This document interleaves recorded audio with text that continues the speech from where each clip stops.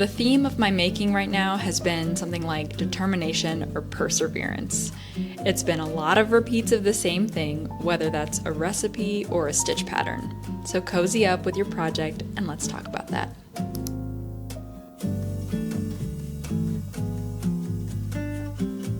In one of my last videos, I told you guys that I was struggling with bread, and I've since found a sourdough recipe that I'm really happy with. It's nowhere near perfect, but I've had a few successful loaves, so that makes me really happy. I'm not a purist when it comes to sourdough. I'm not really particular about my crumb or how tall my bread is.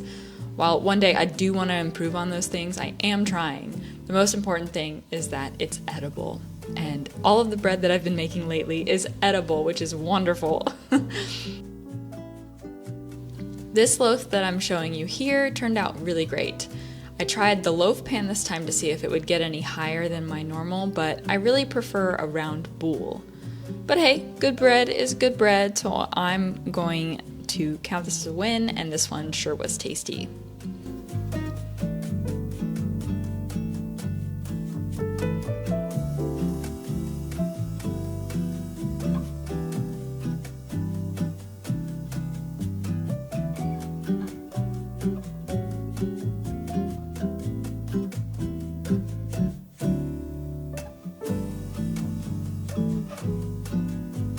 I've been talking about the zipper sweater man a lot because that was my main whip that I've been working on since the start of the year. I put it on hold, and here is where I left it.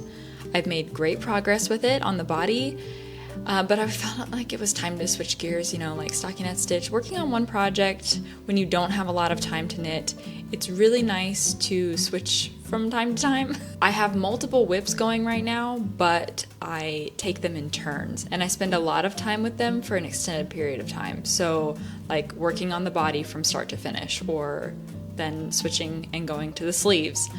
So I have a lot of whips right now that are at the next step. And I got mohair in the mail that I've been really waiting on. I was working on the Jenny sweater monogamously until I ran out of yarn, and I didn't realize that I was about to run out of yarn, and it just hit me all of a sudden. It was so sad. I was working on the sleeves and then I just couldn't anymore. And then I ordered more yarn, and there's a whole fiasco with that. The post lost it, then I was going back to the store, and then they had to do an investigation. It was way too much for me just wanting to get like 3 more skeins of mohair.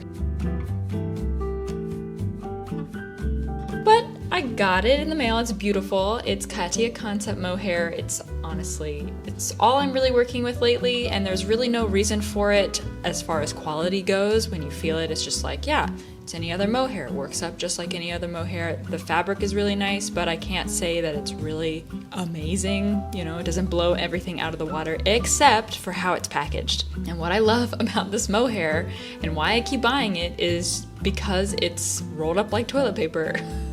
It never tangles on itself, and there's no yarn puke at the end, and you get this really nice cardboard roll. It's wonderful. That in itself is amazing and is a reason for me to purchase it over and over again.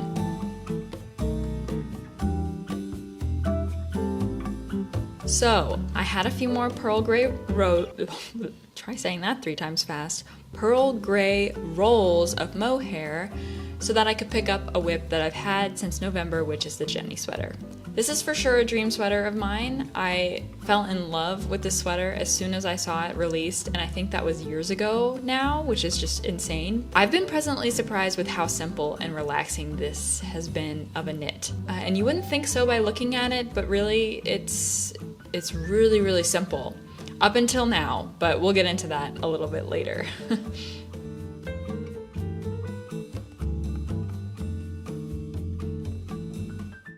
Working a sweater from the bottom up has been a nice change of pace. I haven't worked with these double pointed needles in a really long time, and I'm sure I'm gonna get the question from somebody, but I'm sorry, I don't know what brand of needles these are. I think that it's Knit Pro, but when I bought them, they were on sale in an unmarked package, so I really couldn't tell you for sure. But the quality and the way that the wood is makes me think that it's Knit Pro, because I do have other interchangeable needles with the same kind of wood design, and I think that's kind of a signature of Knit Pro.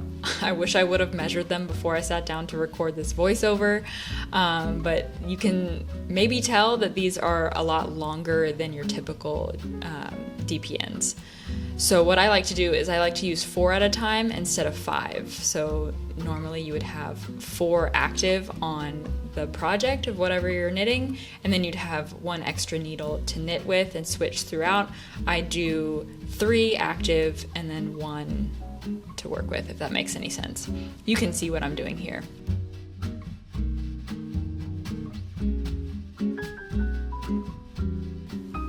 I find that for me, that really helps me prevent like laddered stitches.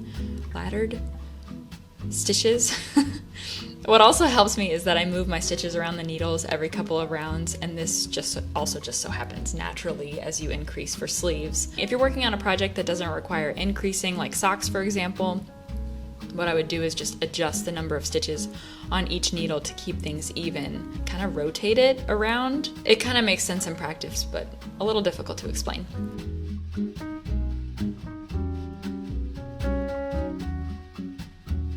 Okay, taking a quick break from these sleeves to try out a new bagel recipe. No, sorry, it's not a new recipe, but it is the first time that I tried it with fresh milled flour, and it was okay. If I hadn't have burnt them, they would have been a lot better, as you would imagine. I started out by dehydrating some blueberries, not fully because I do like it to be a little bit juicier in the final bagel. I'll link this recipe anyway because I've made it before several times with regular flour and they turned out amazing. I find that bagels are a very forgiving baked good if you're making them. Bagels and buns, 2 of the very forgiving ones. Loaves of bread, not so much, as we've discussed. And that's kind of where my experience stops. But yeah, these turned out pretty good. The reason that they didn't turn out great this time was because I was trying to change things about the recipe. But the recipe on its own is really, really nice. It's the combo of flour plus the fact that I let the oven get too hot, made it kind of a flop. But fresh out of the oven, even the saddest of baked goods can taste pretty good.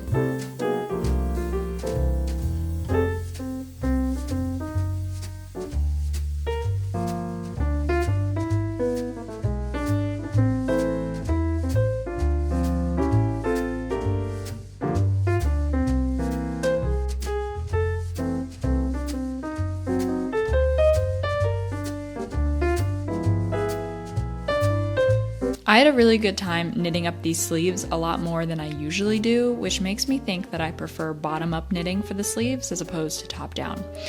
I really can't say the same for the body. I don't like casting on the bottom ribbing. There's just way too many stitches, and the ribbing, especially for the bottom of a sweater, is not exactly my favorite part. It was kind of a buzzkill in this instance because I was just so excited to work up the smocking stitch, and I was thinking, oh yeah, I just need to do a little bit for the collar, and then, but no, it was a bottom up instead of top down.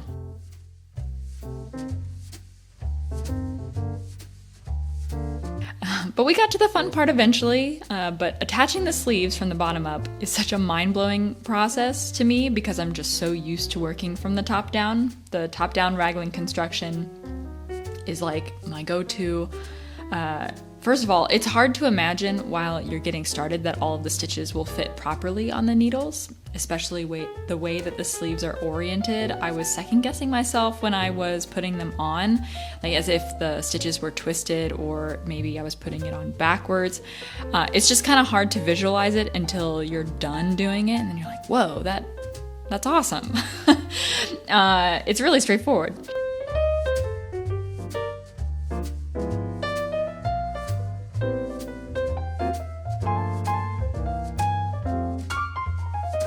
I found that since I was working everything in pieces, once it came together, it was like, whoa, we're almost done here. It was really exciting. I love knitting the yoke because it comes together so fast, and knowing this, it was so exciting to connect the sleeves and the body together because then I knew that it wouldn't take long for me to work up the neckline.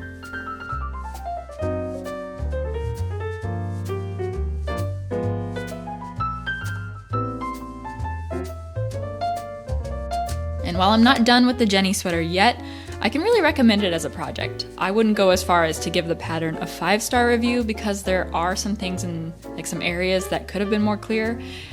Just inconsistent with the pattern in my opinion. Like at first, the sleeves, for example, every line is detailed, like what you need to do, and I was crossing it off step by step, and that was extremely helpful with the pattern.